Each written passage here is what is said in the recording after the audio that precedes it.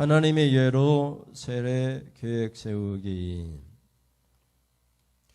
오늘은 주일이면서 설 명절입니다. 설은 뭐니 해도 인사를 하는 날이죠. 새해 인사를 하는 날입니다. 새해 복 많이 받으세요. 다들 인사를 합니다. 세배를 또 합니다. 세배는 세자는 보니까 뭐 세월이라는 뜻도 있고 무기와 창이 그 한자에 보니까 들어가 있어요. 그래서 옛날에는 성인 남자들이 되면 다 무기 들고 창 들고 전쟁터에 나가서 평생을 살았다고 해요. 집에도 못 들어오고 그렇게 살던 사람들에게 특별히 배자는 손을 모아서 한자를 보니까 두 손을 모아서 하는 형태로 되어 있더라고요. 그래서 두 손 모아서 절을 한다. 그런 의미가 세배인 거거든요. 그래서 우리가 새해가 되면은 가족들이 모여서 세배도 드리지만 일가 친척들 찾아가서 세배를 드립니다. 그래서 우리 고유 문화에서는 새해가 지나고 15일까지는 가서 세배를 드린대요. 그 이후에는 좀 늦었다는 감이 있고 15일까지는 세배를 드려도 어른들 찾아가서 세배를 드려도 그대로 그냥 받아준다 이런 얘기가 있더라고요. 근데 요즘은 세배를 그렇게 드리러 안 다니죠. 가족들만 세배하고 말죠. 보면 뭐 가정에 가문에 8촌에 10촌까지 찾아가서 어른들을 찾아가서 인사를 하곤 했는데 요즘은 그렇게 하지는 않는 것 같아요.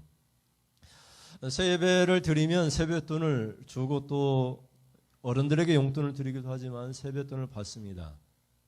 그러면서 또 덕담을 들어요. 새해 계획들이 잘 이루어지기를, 새해 계획을 잘 세웠느냐 이런 또 좋은 계획들이 이루어지기를 바란다 이런 덕담을 듣기도 합니다.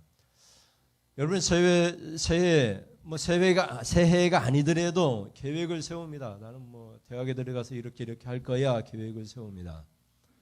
또 새해는 이런 계획을 세웁니다. 뭐 어떤 농사를 지을 것인지 회사에서 어떤 생활을 할 것인지 좀 돈의 여유가 있으면 어떻게 투자를 해서 경제적으로 넉넉한 그런 투자 그런 것을 받게 될 것인지 이런 계획들을 세워요. 근데 그때마다 하나님 말씀과 하나님의 선한 뜻을 따라서 계획을 세울 수 있기를 바랍니다. 또 그 세웠던 계획들이 하나님께서는 때로는 이렇게 계획을 변경하기도 하시는데 하나님의 뜻을 따라서 계획을 변경할 수 있기를 바랍니다.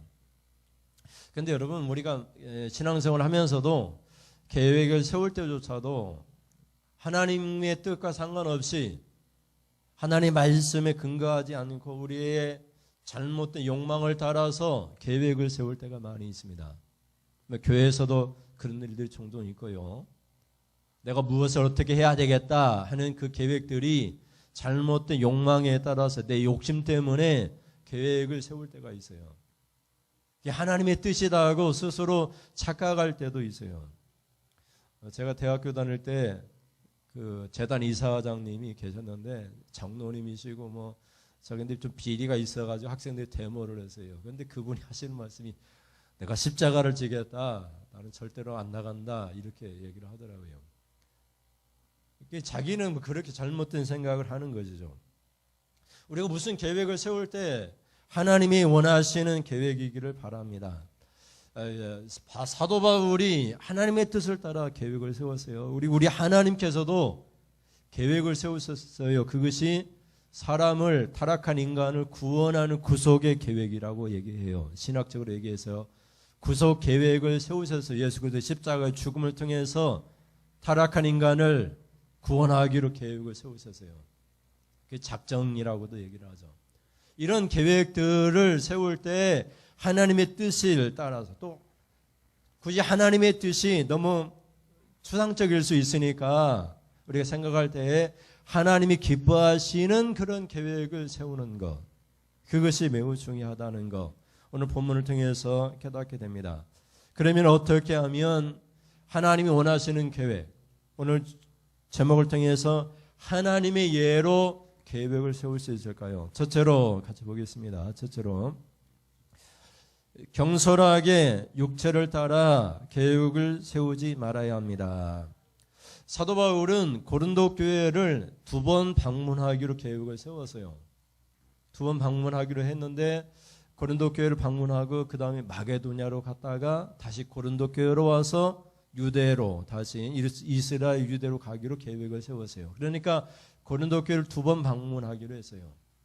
제가 이제 사도 바울의 전도 여행지를 가보니까 고린도 교회는 그리스에서 제일 남쪽에 있어요. 제일 남쪽에 있고 마케도니아 왕 있잖아요. 그 그리스 맨 위에 있어요. 근데 이제 가는 길이 배로 가기도 하겠지만 이 육로로 가면 엄청나게 험한 길이더라고요. 보니까 말 타고 가더라도 보통 뭐 그냥 가깝게 갈 길이 아니에요. 몇 날 며칠 몇 달을 걸쳐서 가는 그 가운데 강도도 만나야 되는 그 험난한 길인데 고린도 교회 갔다가 마게도냐 갔다가 다시 밑으로 고린도 왔다가 다시 이스라엘로 가기로 계획을 세웠어요. 근데 왜 고린도 교회를 2번이나 가기로 했느냐? 고린도 교회에 심각한 문제가 있었기 때문이었어요. 1장 15절 16절 말씀 사도 바울의 계획을 먼저 보겠습니다. 15절 내가 이 확신을 가지고 너희로 2번 은혜를 얻게 하기 위하여 먼저 너희에게 이르렀다가 16절 너희를 지나 마게도냐로 갔다가 다시 마게도냐에서 너희에게 가서 너희의 도움으로 유대로 가기를 계획하였으니 아멘. 그래서 고린도 교회를 2번이나 방문하기로 계획을 세웠는데 고린도 교회 사도 바울이 가서 꼭 해결할 문제가 생겼어요. 그것이 뭐냐면은 고린도 교회를 슬프게 하는 사람들이 생겼어요. 성경에는 근심케 하는 자라고 말을 하고 있어요. 2장 5절을 보세요. 2장 5절과 6절 5절입니다. 근심하게 한 자가 있었을지라도 나를 근심하게 한 것이 아니요 어느 정도 너희 모두를 근심하게 한 것이니 어느 정도라 하면 내가 너무 지나치게 말하지 아니하려 함이라. 6절에 이러한 사람은 많은 사람에게서 벌받는 것이 마땅하도다. 그러니까 교회 안에 어느 정도라 함이라고 했는데 어느 정도라 함은 내가 너무 지나치게 말하지 아니하려 함이라 이렇게 말을 하는데 그렇게 말할지라도 벌받는 것이 마땅한 그런 성도들이 생겼어요. 우리가 신앙생활을 같이 하지만 그 중에 아주 신앙생활이 엉망이 가지고 하나님께 벌받을 만한 그런 사람이 생겼단 말이죠. 6절에 이러한 사람은 많은 사람에게서 벌받는 것이 마땅하다고 사도 바울이 말할 정도로 심각한 교회 문제가 생겼던 거예요. 그래서 고린도 교회를 2번 방문하기로 계획을 세웠어요. 5절부터 볼까요? 5절 보면 근심하게 한 자는 교회 모든 성도들의 슬픔이 되었어요. 이런 사람들이 어떻게 교회 문제를 일으켰느냐? 여러 가지 문제들이 고린도서 10장에 기록되어 있지만 그 중에서도 사도 바울의 사도성을 의심하는 그런 문제였어요. 사도 바울이 고린도 교회를 개척하고 세웠지만 개척자인 사도 바울의 사도가 아니다. 12사도도 아니잖아요. 사도 바울은. 나중에 교회를 핍박하고 박해하다가 예수님 만나가지고 나중에 사도라고 어떻게 보면 스스로 사도라고 말하는 사람이었기 때문에 아무도 사도성을 의심하면서 사도라고 말하기를 싫어했던 거예요. 그런 문제들에 대해서 교회가 잘 대처를 했어요. 사도 바울이 계획을 세울 때 어떻게 고린도 교회를 2번 방문하기로 했는데 어떻게 세우랬는가 한번 보세요. 17절 말씀, 18절 말씀입니다. 17절에 이렇게 계획할 때에 어찌 경솔히 하였으리요. 혹 계획하기를 육체를 따라 계획하여 예예하면서 아니라 하는 일이 내게 있겠느냐. 하나님은 미쁘시니라. 우리가 너희에게 한 말은 예하고 아니라 함이 없노라. 아멘.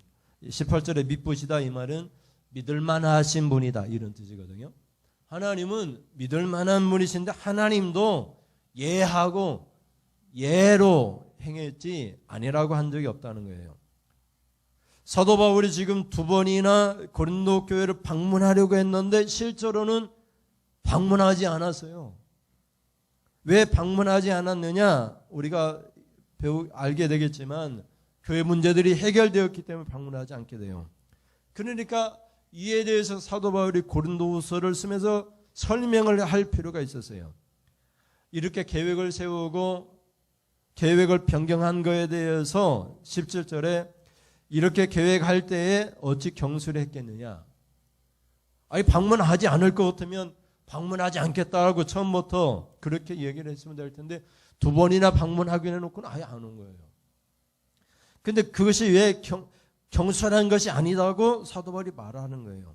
그 육체를 따라 자기 욕망과 자기가 어떤 교회로부터 도움을 얻기 위해서 스스로 자기 욕심을 채우기 위해서 그런 것이 아니라고 딱 잘라 말을 하는 거예요. 그러면서 사도 바울이 17절에 뭐라고 얘기하냐면 자신이 예예라고 하는 것들에 대해서 아니라고 말한 적이 없다는 거예요. 또 아니라고 한 거에 대해서 예라고 말한 적이 없다는 거예요. 그러니까 그냥 가만히 보면 말도 안 되는 소리를 사도 바울이 하고 있거든요. 2번 방문하기로 했는데 아예 방문도 하지 않아놓고는 거기에 대해서 처음에 2번 방문하기로 한 것에 대해서 자기가 해명을 하는데 처음 2번 방문하기로 했을 때 경솔히 계획한 것이 아니다. 또 내 욕망을 따라 계획한 것이 아니라 하나님 말씀의 예로 해서 계획을 세웠다고 그렇게 말을 하는 거예요. 그래서 오늘 우리가 새 계획을 세울 때 또 어떤 계획을 세울 때 여러분이 무슨 계획을 세울 때마다 하루에도 계획을 세우잖아요.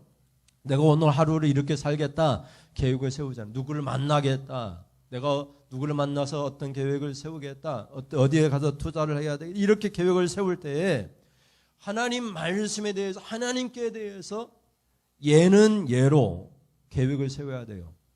하나님 말씀이 아니라고 하는데 나는 예하면 안 돼요. 하나님 말씀이 예라고 하는데 나는 아니요 다른 길로 다른 계획을 세우겠습니다.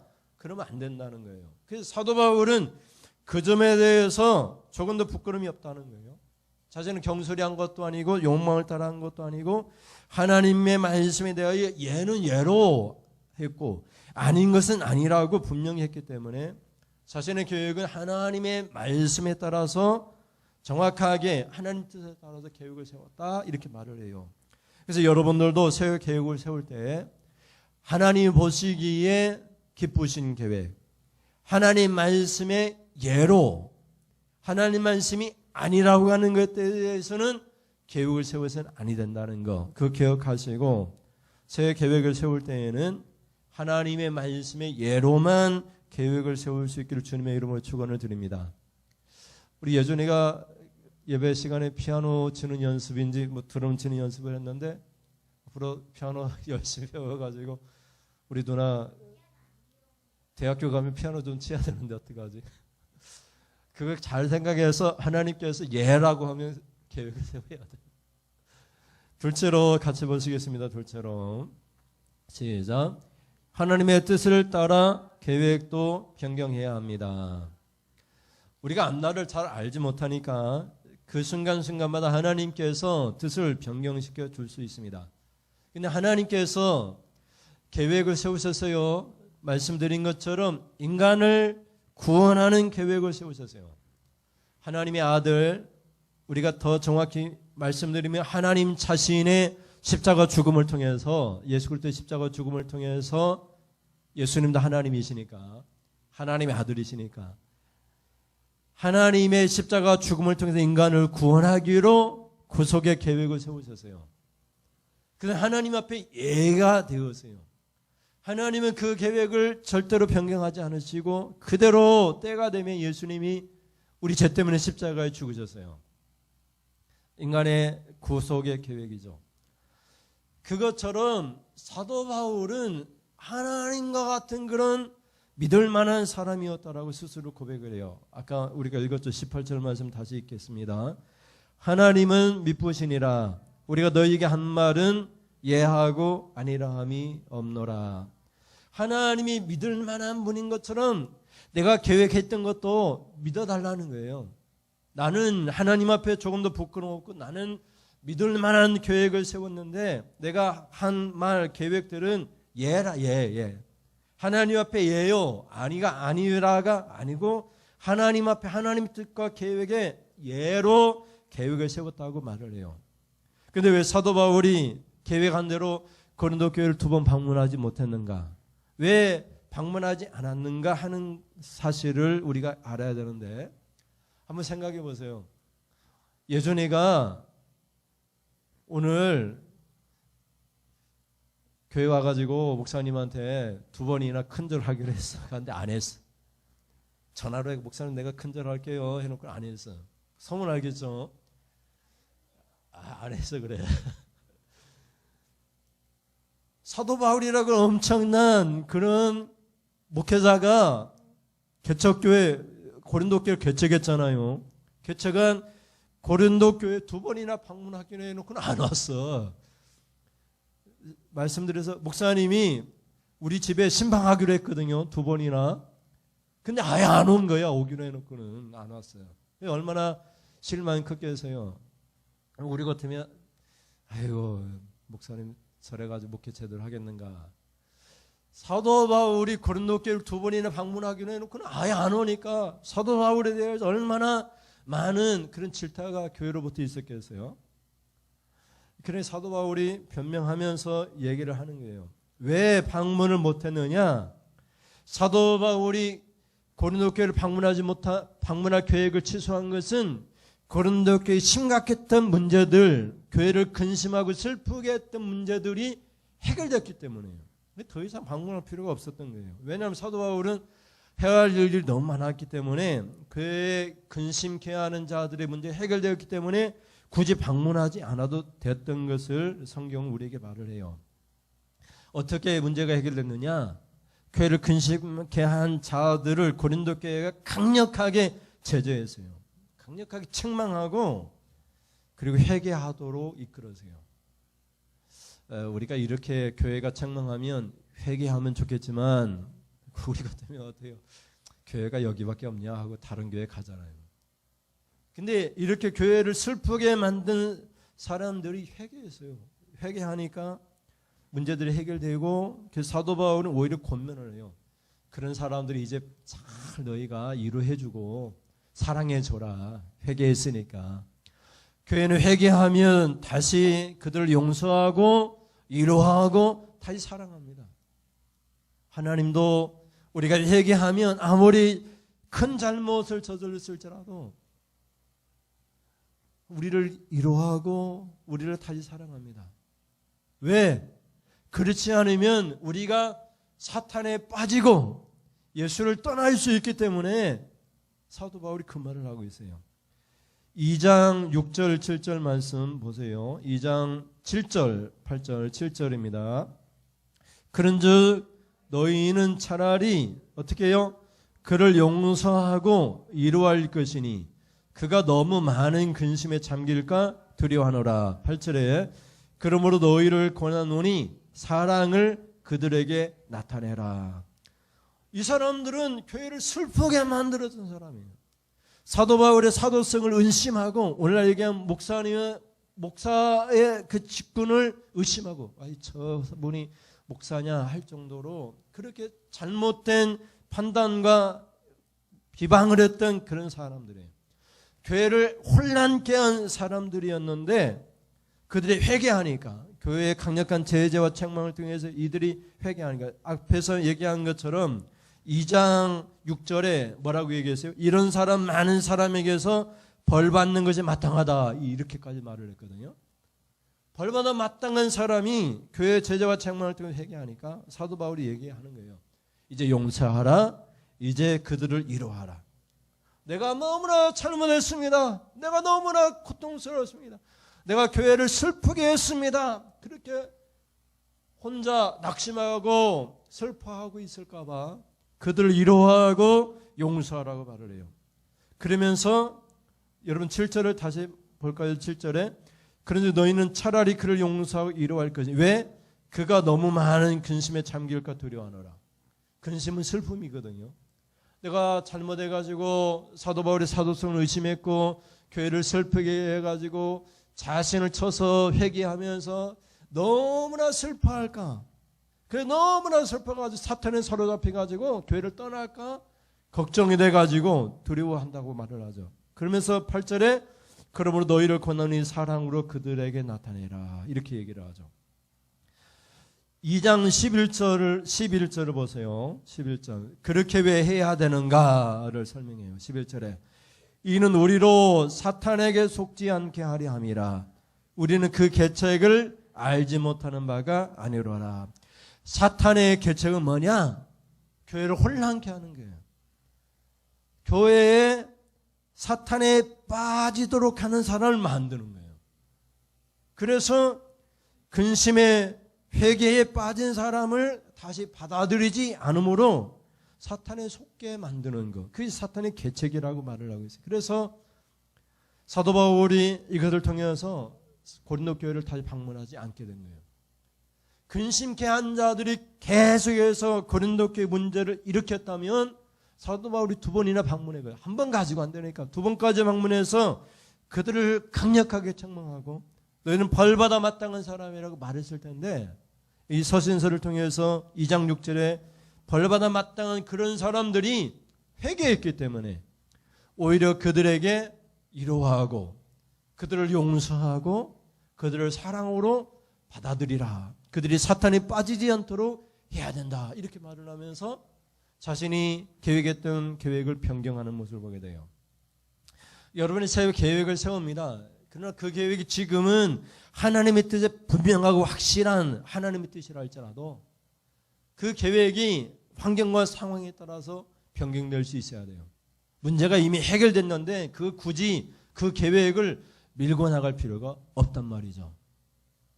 그러니 여러분 그 순간순간마다 하나님의 음성을 듣고자 하는 하나님의 뜻이 무엇인가 계속해서 묵상하는 그런 훈련이 우리에게 필요해요. 지금 하나님의 뜻이 이것이지만 그것만 계속해서 고집하고 가다가는 하나님의 뜻과 전혀 다른 길로 갈 수 있어요. 하나님의 계획과 뜻은 변함이 없지만 그 순간순간마다 다른 모습으로 하나님은 개입을 하시거든요. 인간을 구속하시고 하나님께 축복해 주시고자 하는 계획은 분명하지만 그것을 사용하는 방법은 변경될 수 있거든요. 그러니까 하나님의 뜻과 계획을 분명히 알기 위해서 시시때때로 하나님께 어떻게 이끌어 가시는가를 우리가 깨달을 필요가 있는 것이죠. 그래서 둘째로 하나님의 뜻에 따라 우리의 계획들을 1년 동안 내가 어떻게 해야 될 계획들을 과감하게 하나님의 뜻이 변경될 때 그 뜻을 변경할 수 있기를 바랍니다. 그래야 사탄의 계략이 빠지지 않는단 말이죠. 그래야 하나님의 뜻이 이루어지고 우리가 축복받는 그런 인생이 될 수 있을 것입니다. 그런 은혜가 있기를 주님의 이름으로 축원을 드립니다. 마지막으로 셋째로요. 그리스도 안에서 하나님의 예의 축복입니다. 하나님께서는 예수 그리스도의 십자가의 죽음을 통해서 인간을 구원하기로 계획을 세웠습니다. 그것이 하나님 앞에 예예요. 하나님 앞에 아니야. 하나님의 죽음이 아니라 선한 인간의 죽음을 통해서 인간을 구원하기로 계획을 세우자. 이것은 하나님의 뜻과 관련이 없는 아니요. 하나님의 앞에 아니요. 그렇게 하나님은 한 적이 없어요. 하나님의 계획은 분명하게 예수 그리스도의 십자가 죽음을 통해서 그대로 성취되었어요. 그것이 그대로 이루어졌죠. 20절 말씀 보세요. 20절에 하나님의 약속은 얼마든지 그리스도 안에서 예가 되니 그런즉 그로 말미암아 우리가 아멘하여 하나님께 영광을 돌리게 되느니라. 여기까지 보시면 하나님의 약속 구속의 계획은 얼마든지 그리스도 안에서 예수 그리스도의 십자가 죽음을 통해서 이 말이죠. 죽음을 통해서 예가 되었습니다. 다른 이유는 구원을 받을 수가 없어요. 오직 예수님을 통해서만 구원을 받을 수 있어요. 인간은 인간을 구원할 수 없어요. 완전한 인간이시고 완전한 하나님이신 예수님만이 인간과 하나님 사이 중보자가 되신 것이죠. 그래서 예수님 안에서만 하나님의 약속, 구원의 약속은 예가 되었어요. 예수님으로 말미암아 우리가 아멘해야 하나님께 영광을 돌리고 우리가 축복을 받고 구원을 받아요. 그렇게 될 때 우리에게 임하는 축복을 21절에 기록을 하고 있습니다. 어떤 축복이 있는가? 21절에 보면 우리를 너희와 함께 그리스도 안에서 굳건하게 하시고 우리에게 기름을 부으신 이는 하나님이시니 22절에 그가 또한 우리에게 인치시고 보증으로 우리 마음에 성령을 주셨느니라. 아멘.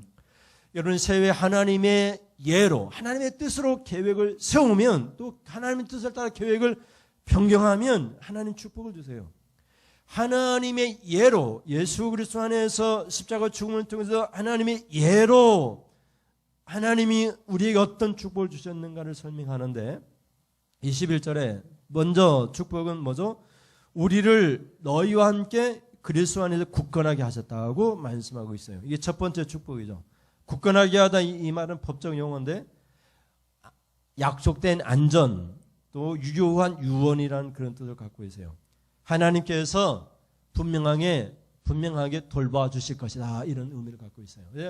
여러분이 새해 계획을 세울 때 하나님의 뜻을 따라서 계획을 세우면 하나님은 분명히 돌봐주세요. 굳건하게 돌봐주세요. 그래서 안에서 굳건하게 돌봐주십니다. 둘째는 하나님께서 기름을 부으셨다라고 21절에 말을 하고 있어요. 우리에게 기름을 부으신 이는 하나님이시니 기름을 붓다 이 말은 예수 그리스도가 기름을 붓다라는 뜻이거든요. 기름을 붓다 이 말은 우리가 그리스도와 같은 그런 축복을 받게 돼요. 기름의 부음을 받는 것 자체는 엄청난 약속이 이루어진다는 그런 의미가 담겨 있어요. 그래서 여러분이 새해 계획을 세울 때마다 또 새해 계획을 하나님의 뜻을 따라서 변경할 때마다 하나님께서 그리스도께서 받으신 축복, 그 모든 축복을 이루어지도록 하나님께서 간섭하신다. 이렇게 우리가 적용할 수 있어요. 예수님이 이 땅에 예수님으로 오셨어요. 인간으로 오셨어요. 십자가 죽음을 통해서 그리스도라고 불려졌어요. 물론 예수님은 하나님이시고 우리 예수님으로 이 땅에 오시기 전부터 하나님의 아들이시지만 예수님이 이 세상에서 공생의 기간을 거쳐 십자가 죽을 때까지는 예수님을 예수님이라고 부르고 예수님이 부활하시고 하늘나라 승천하시고 보좌에 앉으신 그 사건을 통해서 예수님을 그리스도라고 불러요. 그리스도. 기름 부음 받아 하나님 앞에 승화된 그런 분으로 불려져. 기름 부음 받다 이 말은 여러분이 새해 어떤 삶을 살든지 그 계획들이 그대로 승화되어서 성취될 것을 약속하는 말이에요. 지금 여러분이 초라하고 가난할지라도 하나님의 뜻에 따라 계획을 세우면 하나님께서 예수를 그리스도로 승화시킨 것처럼 여러분의 삶이 가난한 사람을 부자로 승화시켜 주시고 여러분의 약한 자의 삶을 강한 자의 삶으로 승화시켜 주세요. 그런 의미가 여기에 담겨져 있어요. 그것이 예수 그리스도의 십자가의 죽음의 축복이에요. 그것이 하나님의 예예요. 하나님 예수 그리스도를 통해서 우리를 구속하기로 계획했던 그 구속의 예예요. 예수님이 구속하신 십자가의 죽음에 대해서 우리가 아멘할 때마다 하나님 영광 받으시고 아멘할 때마다 우리에게 이런 그리스도화되는 축복을 우리에게 주세요. 세 번째 축복은 22절에 기록되어 있죠. 다시 읽어볼까요? 22절. 그가 또한 우리에게 인치시고 보증으로 우리 마음에 성령을 주셨느니라. 인치시다 이 말은 세 번째 인치시는데 도장을 찍다 이 말이에요. 도장을 찍다. 하나님께서 여러분에게 도장을 찍으셨어요. 그러면서 뭐라고 얘기하느냐? 너는 내 것이다 이렇게 말씀하는 거예요. 우리가 뭐 땅을 사면 도장을 짓고 이 땅은 내 땅이다 이렇게 얘기하잖아요. 집을 사고 도장을 짓고 이 집은 내 집이다 이렇게 등기 이전해서 그렇게 말을 하잖아요. 하나님께서 예수 그리스도의 십자가의 죽음, 그 하나님의 구속 계획에 있어 하나님이 예라고 말씀드렸잖아요. 그 계획을 통해서 우리가 아멘할 때마다 하나님의 도장을 찍어서 너는 내 것이다. 내가 너를 책임질 것이다. 어떤 환난이나 공고가 올지라도 내가 너를 떠나지 아니하고 너를 버리지 아니하고 너와 함께 할 것이다. 우리가 교동문을 읽었잖아요. 보면 마지막에 보면 내가 여호와를 항상 내 앞에 모시며 그가 나의 오른쪽에 계심으로 내가 흔들리지 아니하리로다. 이렇게 시편이 고백하고 있는데 하나님께서 우리를 도장 찍어가지고 너는 내 것이다. 내가 너를 책임지겠다. 어렵냐? 내가 문제 해결해 주겠다. 그것의 의미를 갖고 있는 거예요. 인치다 이 말은. 그리고 마지막으로 뭐라고 얘기하고 있냐면 보증으로 우리 마음에 성령을 주셨느니라 이렇게 말을 하고 있어요. 보증이라고 하는 말은 담보물이에요.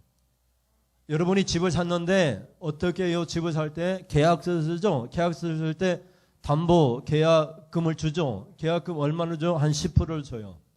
2억짜리 집을 사면 2천만 원을 줘요. 그러면 그 집이 내 집이에요? 내 집 아니에요? 계약금을 줬으니까 이미 내 집과 같죠. 마지막 잔금만 주면 되니까 이미 내 집이야. 만약에 주인이 안 팔겠다 그러면 2천만 원을 내가 돌려받을 뿐만 아니라 다시 2천만 원을 또 받아야 돼요. 거기에 이제 부동산 계약 2천만 원 이상을 우리가 받게 되죠. 그러니까 이미 계약서를 통해서 보증금을 줬어. 그러면 이미 내 것이 된 거죠. 그것처럼 하나님께서 보증으로 성령을 주셔가지고 너는 내 것이다. 성령을 주셔서 성령 우리에게 담보물로 주셔가지고 성령이 있는 모든 그리스도인들에게 너는 내 것이다. 이렇게 보증금으로 성령을 주신 거예요. 성령 하나님 우리에게 주신 거예요. 그러니까 여러분은 빼도 박도 못하게 이제 하나님의 것이야. 보증금을 성령으로 보증금으로 여러분이 주셨기 때문에. 그리고 그 보증금 안에는 하나님께 약속하신 모든 축복이 천국도 있고 이 땅에서 우리가 풍성한 축복도 있고 모든 축복에 대한 보증으로 성령을 주셨어요. 그래서 우리가 성경을 통해서 보면 성령을 우리에게 주시겠다고 얘기할 때 성령을 뭐라고 얘기하냐면 성경은 좋은 것이라고 얘기하고 있어요. 성령 안에 모든 좋은 것이 다 들어가 있어요. 그래서 보증으로 성령을 주셨기 때문에 성령이 있는 사람은 하나님 아버지라고 부르고 성령이 있는 사람은 성령의 사람은 영적인 삶을 살고 엄청난 그런 축복이 우리에게 주어지는 거예요. 그것이 하나님의 예예요.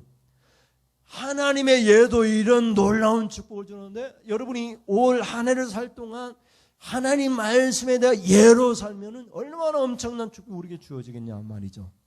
하나님의 예도 이렇게 축복이 임하는데 보증도 있고 기름 부음도 있고 예수가 그리스도가 되는 우리의 가난이 부자가 되는 그런 승화의 엄청난 변화가 일어나는 것처럼 계획을 세울 때마다 또 계획을 변경할 때마다 하나님 앞에 예로만 아닌 것은 아니오라고 분명하게 말할 수 있고 계획을 세울 수 있다면 그 계획 가운데 하나님 엄청난 축복을 주실 것이라고 약속하고 있는 것을 보게 돼요.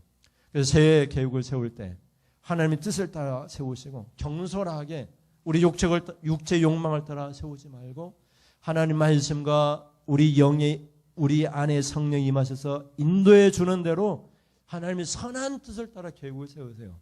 그럼 하나님의 놀라운 은혜가 여러분 가운데 있을 것입니다. 그런 은혜가 있기를 주님의 이름으로 축원을 드립니다. 우리 찬송하면서 기도하겠습니다. 나의 피난처 예수 찬송하겠습니다.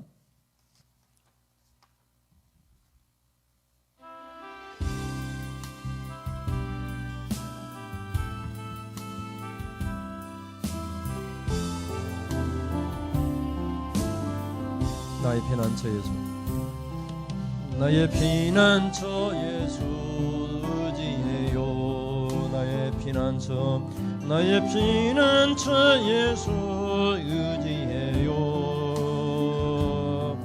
나의 가는 길에 거센 바람 몰아쳐와도 나의 피난처 예수 의지해요 나는 영원히 주님 사랑해요 나는 영원히 주님 사랑해요 나는 영원히 주님 사랑해요 세상 어떤 것도 나의 사랑 끊을 수 없네 나는 영원히 주님 사랑해요 아버지 나를 사랑하시니 나의 모든 것 주께 드려요 아버지 내가 여기 있으니 주님 영광이하여 주세요. 아버지, 아버지, 나를 사랑하시니 나의 모든 것 주께 드려요. 아버지, 내가 여기 있으니 주님 영광이 하여서 주세요. 아멘. 기도하겠습니다. 하나님 감사합니다. 오늘은 새해 설 명절입니다. 또 새해 새로운 계획을 세웁니다. 세울 때마다 하나님 앞에 예는 예로, 하나님 앞에 아니오는 아니오로 계획을 세워서 그 계획이 하나님이 미쁘신 것처럼, 믿을 만한 분이신 것처럼 우리도 믿을 만한 계획을 세우게 하시고, 하나님께서 계획을 세울 때 그리스도 안에서 예로 세우셨습니다. 그래서 우리를 구원하여 주셨습니다. 그리스도 안에서 우리가 예로, 아멘으로 우리가 목소리를 높일 때마다 하나님께 영광을 돌리고 축복 우리에게 임합니다. 그 축복이 우리를 굳건하게 하시고 우리를 기름 부으시고 우리에게 하나님 성령으로 보증하시고, 그래서 우리가 하나님의 것이라고, 하나님 책임져 주겠다라고 약속해 주십니다. 우리가 계획을 세울 때마다, 또 그 계획이 변경될 때마다 하나님 예수님이 그리스도가 되신 것처럼 우리의 가난이 부유함이 되게 하시고 우리의 상처가 하나님 치료되는 역사가 나타나게 하시고 우리의 문제들이 해결되어 축복되고 풍성한 한 해가 되는 놀라운 계획들이 성취되게 하여 주시옵소서. 하나님 앞에 귀한 예물 드립니다. 아버님 장례식을 잘 치르게 하심을 감사드립니다. 이로와 평안을 주심을 감사합니다. 2023년 하나님과 날마다 함께하는 해 범사에 감사합니다. 하나님 또 총회 주일 헌금과 11조 예물을 또 하나님 추정 예물을 하나님 앞에 드립니다. 이 예물이 죄종이 축복하오니 하나님 아버지를 먼저 또 할아버지를 먼저 보낸 우리 사랑하는 성도님들, 우리 학생들 하나님 위로하시고 죽음이 끝이 아니라 몸의 부활도 있고 우리가 지금은 땅의 형상을 입고 살고 있지만 장차 하늘에 속한 이 형상을 입어 그리스도와 같은 형상을 입게 된다는 놀라운 우리가 믿음을 갖고 이 땅에서 하늘의 소망을 두고 살게 하시고 아버지 위로해 주셔서 이 땅에 하나님이 살아가는 평생 동안 돌봐주셔서 잘 살고 하나님 멋진 신앙생활 하다가 하나님 나라에서 가족들을 만나게 되는 놀라운 은혜와 축복을 허락하여 주시옵소서. 하나님 앞에 주정예물 드립니다. 이 예물에 축복하오니 매주 정한 예물을 드려사오니 하나님께서도 그리스도 안에서 예로 우리 축복 주신 것처럼 약속된 축복이 정한 대로 다 우리에게 부어지게 하여 주시옵소서. 11조 예물을 우리 학생들이 되어사오니 이 예물 가운데 함께 하셔서 그가 하는 모든 계획들이 하나님 축복을 임하게 하셔서 부족함이 없도록 채워주시옵소서. 넉넉하고 차고 넘쳐 남에게 베풀고 살아갈 수 있는 그런 은혜도 허락하여 주옵소서. 세례교회 헌금을 하나님 앞에 드립니다. 총회가 이 헌금을 통해서 발전하고 하나님의 뜻이 이 땅에 온전히 이루어지는 사용하게 하시되 예물 드린 사랑하는 손길들마다 주님 축복하여 주셔서 그 가정마다 하나님이 물질 축복, 기름진 축복, 하는 일마다 새해 계획 세운 일마다 하나님이 축복 주셔서 예수가 그리스도가 되신 것처럼 가난이 부유함이 되게 하시고 우리 문제들이 해결되는 놀라운 축복을 허락하여 주시옵소서. 믿사옵 예수님의 이름으로 기도드립니다. 아멘. 하나님 아버지, 지금은 예수 그리스도 안에서 하나님은 예로 구속의 계획을 세우신 것처럼 새해 우리도 사도 바울처럼 그리스도 안에서 계획을 세웁니다. 예는 예로, 아니오는 아니오로 계획을 세워서 우리가 경솔하게 육체의 욕심을 따라 계획을 세우지 않고 하나님의 뜻을 따라 하나님의 선한 뜻을 따라 하나님 기뻐하시는 계획을 세움으로 또 그 계획들이 변경됨으로 우리에게 축복이 그대로 임하여지는 놀라운 일들이 일어나기를 간절히 소망하고 돌아가는 사랑하는 성도님들 머리에 우리 주 예수 그리스도의 은혜와 하나님 아버지의 사랑하심과 성령의 교통하심이 하나님께서 보증해 주시고 성령께서 함께해 주심이 지금으로부터 영원 무궁토록 함께 있을지어다. 아멘. 하나님 우리 예배를 기뻐 받으시고 우리 가운데 하나님 함께 하셔서 하나님의 선한 뜻이 그대로 올 한 해 동안도 이루어지게 하여 주시옵소서.